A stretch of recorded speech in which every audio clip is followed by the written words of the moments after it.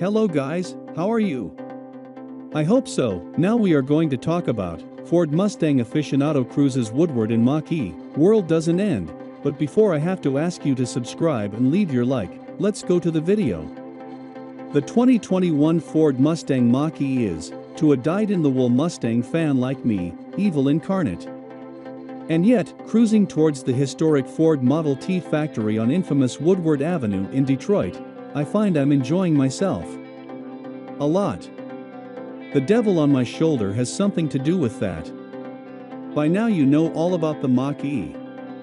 This sharp-dressed electric crossover has garnered near-universal praise among auto journalists, balanced by near-universal hate from Mustang enthusiasts. That presents a problem for me, because I'm both an auto journalist and a Mustang enthusiast. I've owned 3 Mustangs in the last 10 years, including the red 1995 GT convertible currently sitting in my garage. I've joined clubs and been to numerous Mustang-only events over the years, wearing Mustang shirts and hats along the way. I even have framed pictures of my Mustangs hanging in the living room. Yeah, I'm that guy. I've also driven every single pony car generation with just about every engine you can imagine, from an emissions-choked 1977 Mustang II to a 700 horsepower Shelby Super Snake. You could say I know a thing or two about these cars, but I've never driven a Mustang like the Mach-E. Its semi-spacious interior with 4 doors, all-wheel drive, and silent operation is indeed a very different experience. But after spending 2 days and 200 miles tackling twisty roads and crowded highways of southeast Michigan, this Ford dude is reconsidering his definition of a Mustang. Much has been said about the tangible definition of Mustang, and I'm not going to rehash that.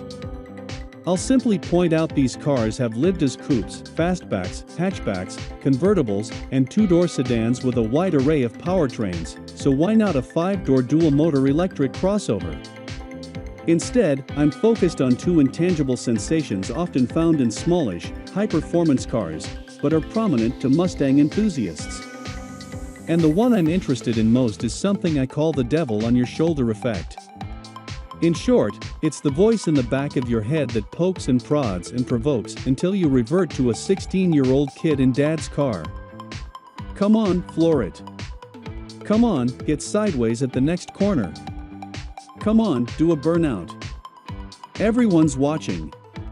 Mustang folks are especially susceptible to this, and if you don't believe me, do a Google search for Mustangs leaving cars and coffee. And the freaking devil was in there in the Mach-E, begging me to be bad. Even without a V8 soundtrack, and with all 4 wheels putting power to the ground, that damn devil was constantly goading me to misbehave in the Mach-E. Come on, stab the throttle. Come on, pass that Camaro.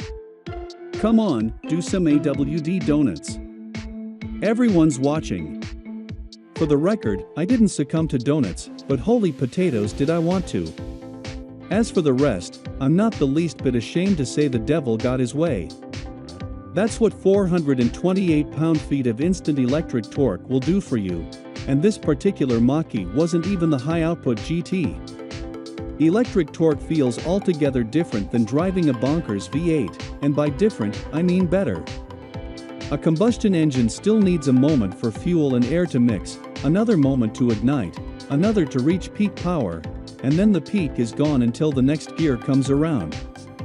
But the Mach-E has a toggle switch of thrust that surges without waiting and continues without end. This is my first EV experience, and I can't fathom how any person who loves horsepower would find this soulless or boring. V8s sound great, but if you're that hung up on noise, you have my sympathy, because you're missing a whole new world of thrilling performance. I mentioned 2 intangible sensations as my criteria for this special evaluation, and the second is size. I'm not talking about the Mach-E's physical size, which is actually shorter, narrower, and just a bit taller than its traditional counterpart. Every Mustang I've driven felt like it embraced occupants as an integral part of the car, burrowed in the middle with a long hood in front and a disappearing deck at the rear.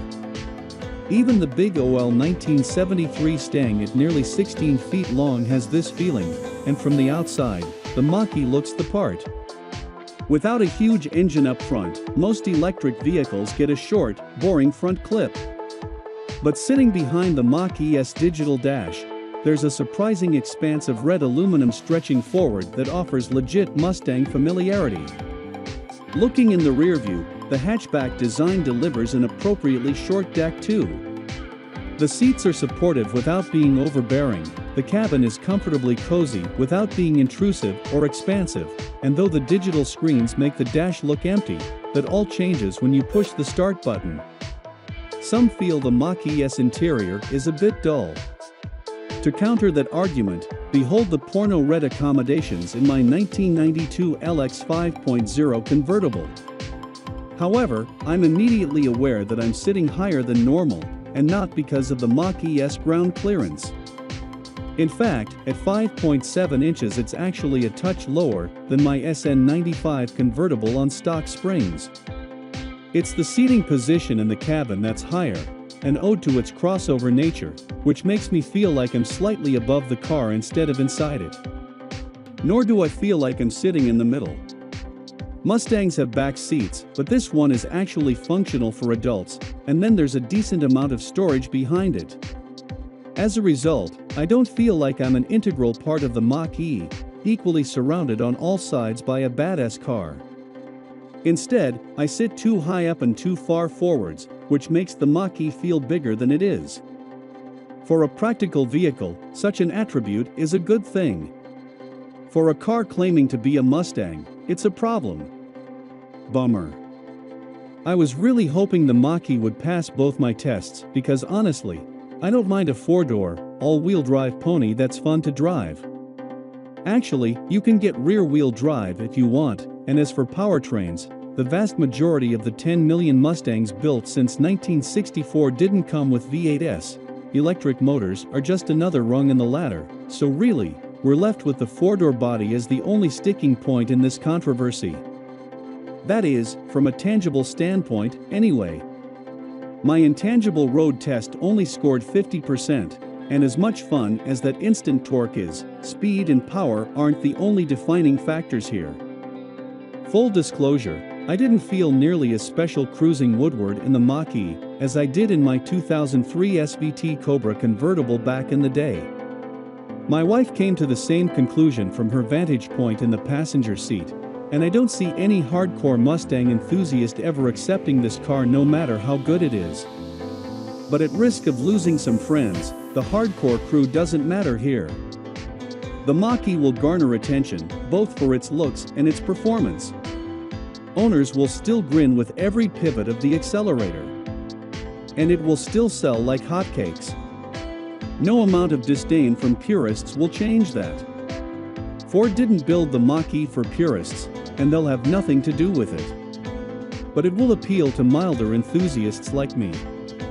Rolling towards the old Ford Model T factory on a sunny November Sunday, my Rapid Red test vehicle garnered plenty of attention on Woodward. Whether Mustang people admit it or not, they love attention, so that's another win in my book, and I still had enough power to satisfy the devil at stoplights. Furthermore, I had enough electricity to partake in 200 miles of motoring tomfoolery, and when the charge was low, I refilled the batteries using public charging stations for a whopping $1.75. I really enjoyed not having a $60 fuel stop, but not as much as I enjoyed my overall time behind the wheel. Others are enjoying the time as well. Ford told me that Mach-E demand is still very high, with buyers flocking toward higher trim levels like the Premium and GT that offer more power and range. Through October 2021, Mach-E sales totaled 21,703 units, good enough for second in the electric SUV segment behind the Tesla Model Y. The real eye-opener is that it's matching gas-powered Mustang sales month over month. It won't beat the traditional pony car in overall sales this year, but it just might in 2022. And if those profits help keep rip-snorting GTs and Shelby GT500s alive, just like the four-cylinder and V6 models shunned by hardcore enthusiasts have done for the past 30 years, then I have no problem modifying my definition of a Mustang to include the Mach-E. In fact, Parked outside the old Ford Model T factory off Woodward in Highland Park, I realized I'd already made that adjustment. Ushering the car around for photos at the historic landmark, I wasn't calling it Mach-E. I was calling it Mustang, without even a second thought. So that's it guys, comment what you think of this article, and don't forget to click like and subscribe to the channel. Thank you so much for watching.